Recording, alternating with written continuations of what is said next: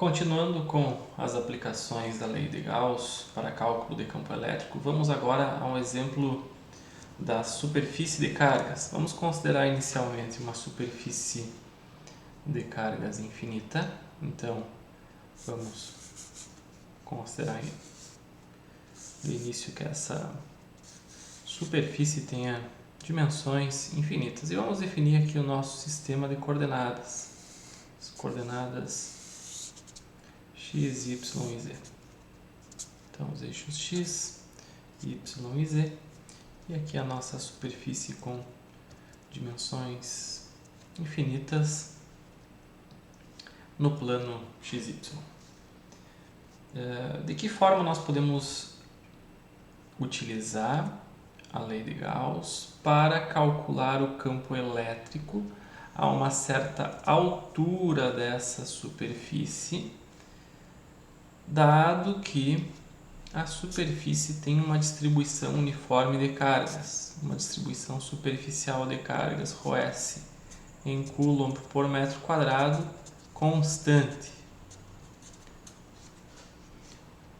Como é o campo nesse ponto? Quem é D nesse ponto a uma certa altura, que eu vou chamar aqui de H da superfície?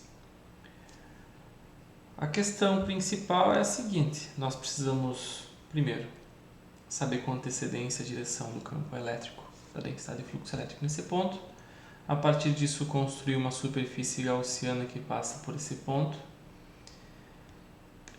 Calcular o fluxo que passa através dessa superfície gaussiana, igualar com a carga total contida nessa superfície e depois, então, isolar o termo que nos interessa, que é o módulo aqui da densidade de fluxo elétrico. Então, vamos considerar de início o ρS positivo, uma carga uniformemente distribuída ao longo dessa superfície. Uma carga positiva, então, nesse ponto do espaço vai produzir um campo elétrico que é apontando para cima, na direção do eixo Z. Então, o D terá uma componente Z na direção do eixo Z. Esse é o campo elétrico nesse ponto, a densidade de fluxo elétrico, D igual a ε0 vezes Z. Num ponto a uma altura menos H, por exemplo, se esse é o ponto de altura H, aqui nós temos um ponto do outro lado, onde nós teremos um campo elétrico, nesse caso apontando para baixo, na direção menos AZ. Então vejam que num ponto acima da superfície o campo é saindo, no ponto abaixo o campo é saindo, mas na direção contrária. De que forma nós podemos definir uma superfície gaussiana que passe por esse ponto aqui?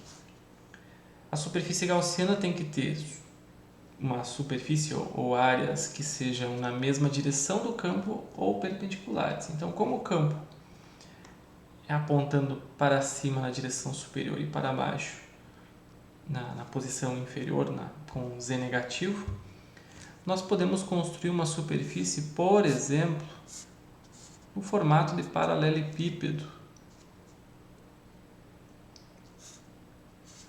que passa então, que tenha duas áreas que passam por esse ponto. Então essa aqui é a nossa superfície gaussiana. Poderíamos construir um cilindro, onde as tampas do cilindro passam por esses dois pontos? Poderíamos também, sem problema nenhum. Por quê? Porque somente há fluxo elétrico passando pela superfície de cima e de baixo. Pelas superfícies laterais não tem fluxo elétrico passando. Qual o valor do fluxo? O fluxo é igual à carga contida no interior dessa superfície. E a carga contida no interior dessa superfície é dada pela carga distribuída nessa região aqui, que é a região que é cortada, a região desse plano carregado, que é cortada pela superfície gaussiana. Então vamos lá. O fluxo é igual à carga total contida no interior da superfície gaussiana. Fluxo é d escalar ds. E a carga total, nesse caso, é o quê? ρs ds, dado por esse trecho aqui. Que dimensão nós colocamos aqui nessa superfície? Não interessa a dimensão. Por quê? Porque o fluxo que vai passar pelas, digamos assim, tampas desse paralelepípedo vai ser igual à carga contida no interior dessa superfície. Então, quando aumentamos a área, aumentamos também a carga, aumentamos as duas coisas de maneira equivalente. E a área dessas superfícies aqui vão acabar cancelando nos cálculos, vão acabar simplificando a resolução. Então vamos lá, dada essa superfície infinita, qual é o fluxo que passa através das paredes? Das paredes laterais aqui temos fluxo zero, só passa fluxo pela parede de cima. Então, calculando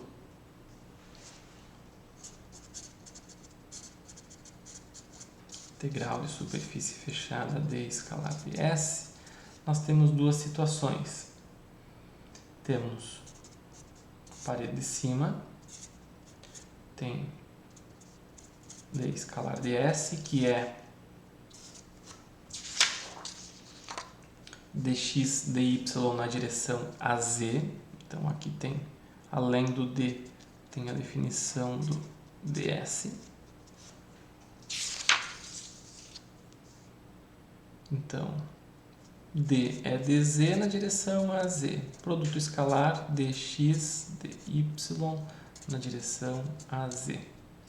Isso resulta em um dz dx dy.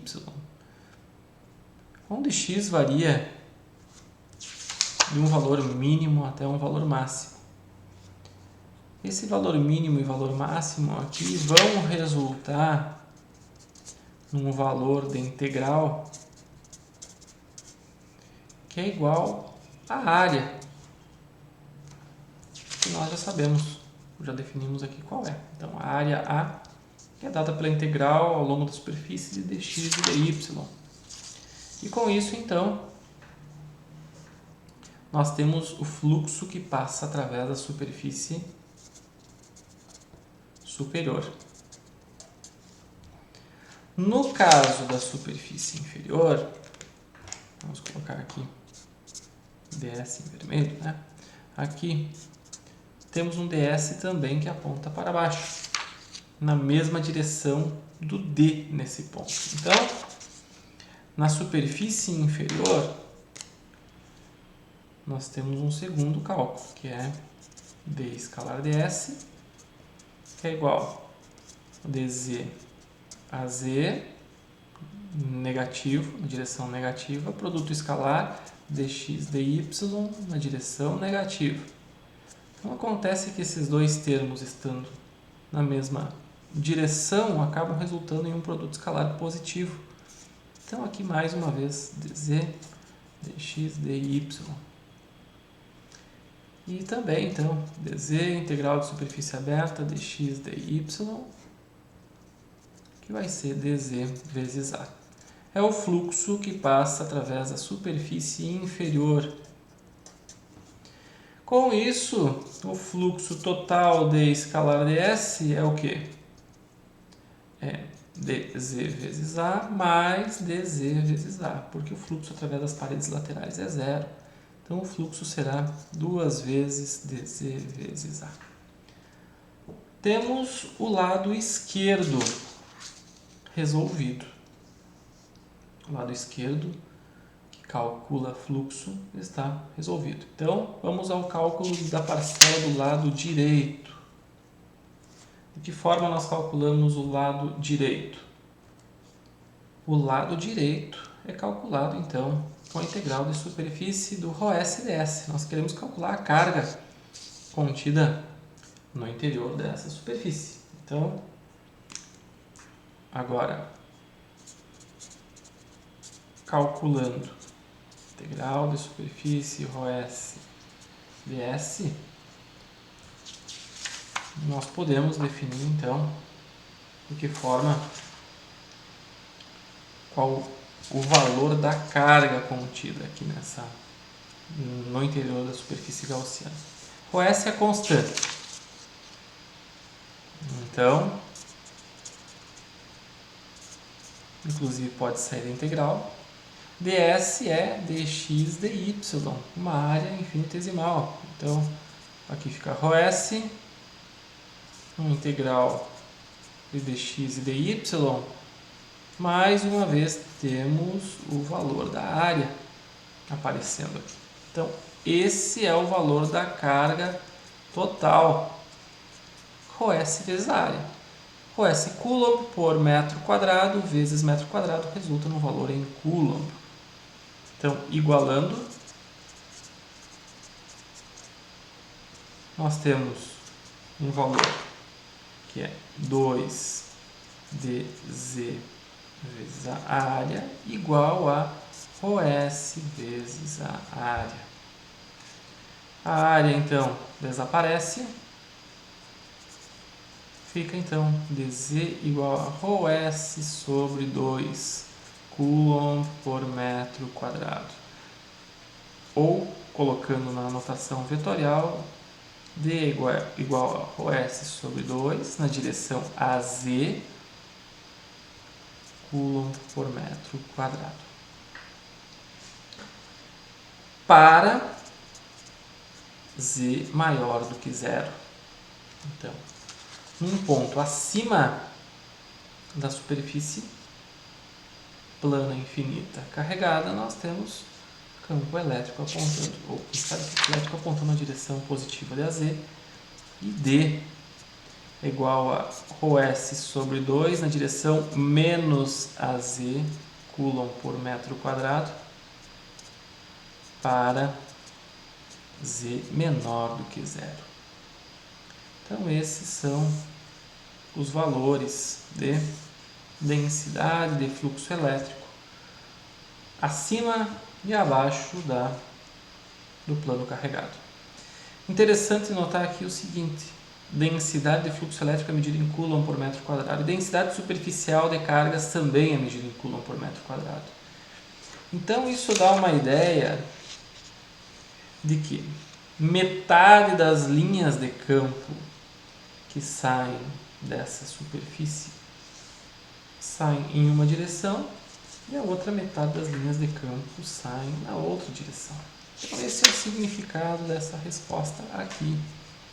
Se nós quisermos escrever em função da intensidade de campo elétrico, como D igual a ε0 vezes E no espaço livre, a intensidade de campo elétrico acima da superfície carregada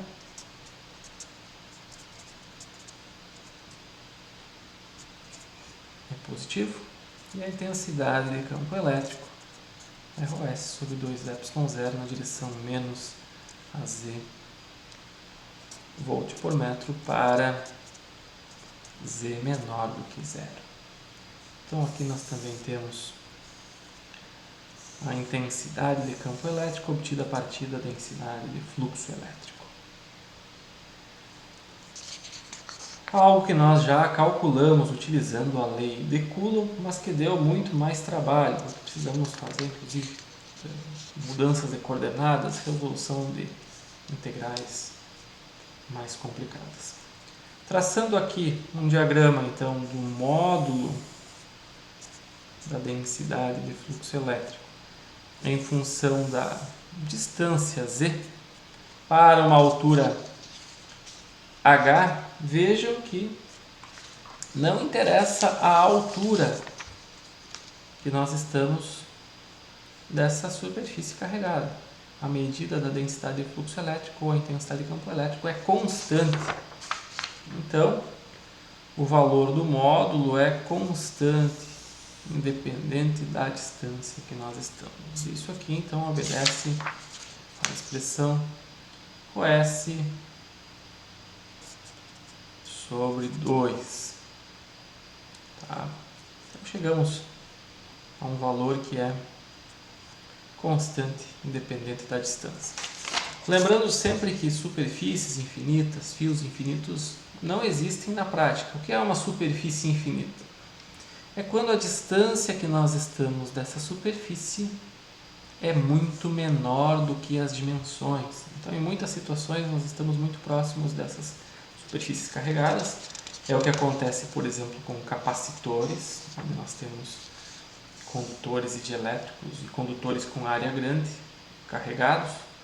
Então, nós temos essa situação aqui. O módulo, eu coloquei módulo aqui porque nas duas situações, tanto acima quanto abaixo da superfície carregada, o valor da densidade de fluxo elétrico tem módulo constante, o S sobre 2. Então, espero que vocês tenham entendido o processo, o procedimento de como se calcula campo elétrico nessa distribuição de cargas em superfície.